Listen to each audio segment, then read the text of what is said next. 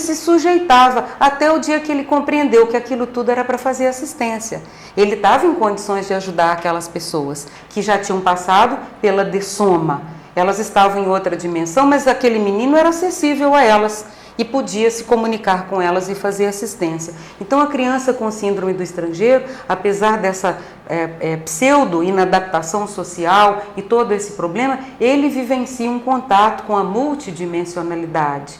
Queira ou não, ele está em contato com essa condição. Mas se o ambiente é desorganizado, desestruturado, desequilibrado, ele também sofre estímulos negativos, consciências doentes, abordagens extrafísicas de assédio. Que ocorria no filme, inclusive. Também, o menino sofria com aquilo e ficava fragilizado. Então, os pais que querem ajudar uma criança como essa, se eles puderem buscar a informação correta, já vai ajudar muito. O terapeuta que atende um jovem, uma criança ou até um adulto com essa síndrome, eu lamento, mas não adianta apelar para muitas metodologias e terapias convencionais. Se você não usar a senha da multidimensionalidade, você não vai acessar essa pessoa, não vai poder ajudá-la, embora tenha boa vontade, boa intenção. Então, existe uma metodologia para cada situação. A metodologia parapsíquica multidimensional é a mais adequada para os casos da síndrome do estrangeiro. Porque na hora que você falar do extrafísico, a criança vai dizer, ou o jovem, era isso, agora eu sei o que eu tenho, é isso que eu quero. E ele não vai ficar tão alienado, pelo contrário, ele vai se centrar e produzir muito mais a partir daí. Mas isso, Malu, vai requerer, na minha opinião, uma ampliação do paradigma. Vai. Então, como é que você enfrenta essa questão? Eu vejo que fica muito difícil solucionar a problemática da síndrome do estrangeiro sem o paradigma da consciência ou paradigma consciencial. Explica um pouquinho esse paradigma. Paradigma é um modo de ver, é um modelo de referência. Então, você pode olhar para a pessoa e achar que ela tem, fazer um diagnóstico convencional, dizer que ela tem um quadro de autismo ou que ela tem um distúrbio bipolar, simplificando muitas vezes quadros mistos. Quer dizer, que misturam a parte da psicopatologia, correto? Pode existir, mas também pode existir uma contrapartida parapsíquica, que só pode ser abordada através das ferramentas. O paradigma, nesse caso, é a abordagem da pessoa como uma consciência multidimensional, que ela não vive só a vida humana. Durante o sono, os estados de relaxamento, os estados modificados de consciência, alterados, ela pode sair do corpo e ter contato direto com outras dimensões. Então não adianta dizer para ela que ela sonhou, que é tudo bobagem. Ela sabe muito bem que é real. Ela às vezes está muito mais realista que os próprios pais. Porque vê, por exemplo, o avô que ela gostava muito, que dessomou de uma enfermidade qualquer, um problema qualquer, e depois ou o pai ou a mãe aparece com aquela mesma enfermidade e ele sabe que o avô está influenciando aquele quadro de assimilação patológica que aquele familiar está fazendo. E às vezes a criança é tratada com descrédito. Então, o paradigma da consciência aplicado, seja atender às variáveis bioenergéticas, a modificações de energia no ambiente, a criança fala e a gente sente uma repercussão disso, bioenergética, os pais têm interesse em aprender técnicas de autodefesa, de preservação daquela criança através das bioenergias. Isso tudo sem misticismo, sem uma visão dourada dos fatos, mística ou, vamos dizer, misteriosa, complicada. São coisas bem práticas, de uso direto. A visão multidimensional da criança, que ela não tem vida só aqui, a visão bioenergética, a visão de outras existências. Ninguém nasce sabendo? Nasce sim. A criança nasce sabendo e às vezes muito mais do que todo mundo com quem ela convive.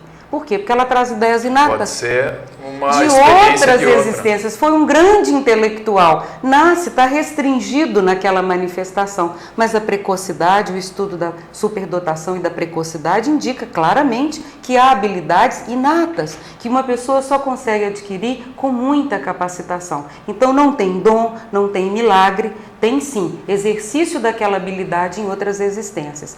Pais que sabem tratar disso vão ser muito mais conscientes na hora de fazer o direcionamento da profissão daquele jovem, daquela criança, procurar não determinar, deixar ele fazer uma escolha que dê a ele a noção de uma autoestima, de uma autonomia. Isso também é o paradigma. O paradigma, então, ele tem 4 variáveis: a bioenergética, a multidimensionalidade, a multiexistencialidade, e que a gente não tem um corpo só.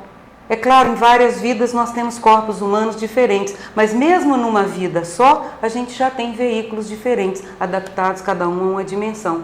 Do holossoma, que nós chamamos, o conjunto dos veículos de manifestação. Quer dizer, além do corpo físico e da vitalidade das bioenergias que ele porta, nós temos o psicossoma, que é aquele corpo emocional, o corpo das emoções, o paracorpo, e o mental soma, que abriga todo o repositório de informações que você adquiriu. Então, aquele ditado que o saber não ocupa lugar, ele é verdadeiro demais, porque a gente realmente guarda tudo que sabe e leva para outras vidas. É uma bagagem que você tem. Malu, e por que a sociedade resiste tanto a isso? Ao paradigma. Ao novo paradigma, ao paradigma consciencial. Essa resistência eu identifico muito aqui para nós, aqui da cidade de Jundiaí, identifico fora daqui. Então há quase que um segurar do paradigma dogmático. As pessoas se fixam nisso.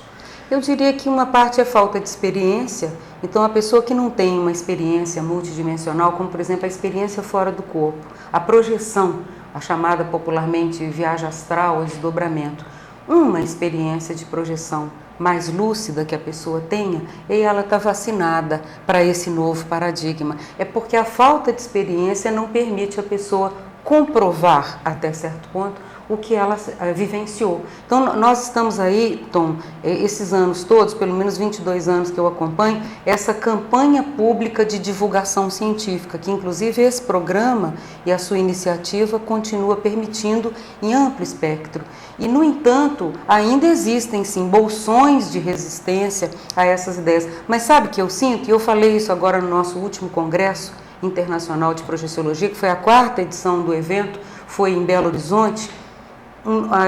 Eu fiquei feliz de poder assistir ainda a algo assim. Foi o CIPRO. Foi o CIPRO, o 4º CIPRO em Belo Horizonte, realizado de uma forma assim irretocável pela equipe de voluntários de lá e toda uma equipe também externa que ajudou. Mas o que eu vi de muito positivo nisso? Eu vi que esses 20 e tantos anos e muito mais outros que o professor Valdo dedicou exaustivamente a essa campanha pública de divulgação científica, de uma ciência que era vista com desconfiança, de uma ciência que era taxada de religião. Com preconceito com até. Muitos preconceitos. Falar, né? E nós vimos assim, a nossa posição sempre foi uma posição muito interessante. Para os religiosos, nós éramos ateus materialistas, porque nós queremos a ciência. E para a ciência, nós somos religiosos. Então, você há de convir que é uma posição ideal. Você tem uma liberdade de expressão enorme por causa Sim. disso. Porque você não precisa agradar nem gregos nem troianos, você está na sua. E isso surtiu efeito. Então, a gente ter bancado essa campanha do modo que bancou, com essa coragem, com essa desenvoltura, com essa convicção natural, valeu a pena. Eu tive o prazer de ver o Dr. Melvin Morse, que é um pediatra americano de grande relevo, respeitado na sua área. Ele trabalhou durante anos num hospital americano, em Seattle, na cidade de Seattle. Ele esteve conosco lá. E foi a primeira vez que eu vi um cientista convencional, vindo de um país extremamente materialista e é muito bélico, ele ter conseguido ganhar a reputação que ganhou, defendendo as experiências de quase morte, as projeções das crianças em processo terminal ou em processo acidental crítico, que são as projeções que a pessoa tem com risco de vida. E ele ter desenvolvido nos Estados Unidos aquela quantidade de livros de best-seller com resultados de suas pesquisas. E ele, ao chegar com aquele despojamento no nosso evento, ouvindo os nossos palestrantes, conferencistas, falar da projeciologia e trazer os resultados, ele disse: que bom que eu encontrei as palavras que eu estava procurando para definir o que eu estudo, eu não tinha as palavras. Vocês criaram as palavras, o neologismo, Sim. porque disso eu já sabia, mas eu não sabia como expressar essa realidade. Então eu vejo que vocês desenvolveram um corpo de conhecimento científico consistente, consolidado, e que a gente com isso abala realmente a estrutura da ciência em geral. E no meu trabalho eu fiz a conferência de abertura nesse evento, Inclusive foi uma ideia feliz, porque eu fiz uma retrospectiva dos 20 anos de projeciologia e o professor Valdo sugeriu que esse trabalho fosse publicado na íntegra em 3 idiomas. E o Dr. Melvin Morse agora volta para os Estados Unidos com uma retrospectiva da projeciologia histórica que ele vai poder apresentar para os seus colegas, para os seus pares e fazer, quem sabe, uma introdução real desse assunto, apesar do esforço dos nossos colegas, professor Wagner Alegrete e professora Nancy Trivelato, mas nós sabemos que ainda há uma resistência, principalmente num país materialista e com bases no paradigma caduco, no paradigma esgotado, que é o materialismo.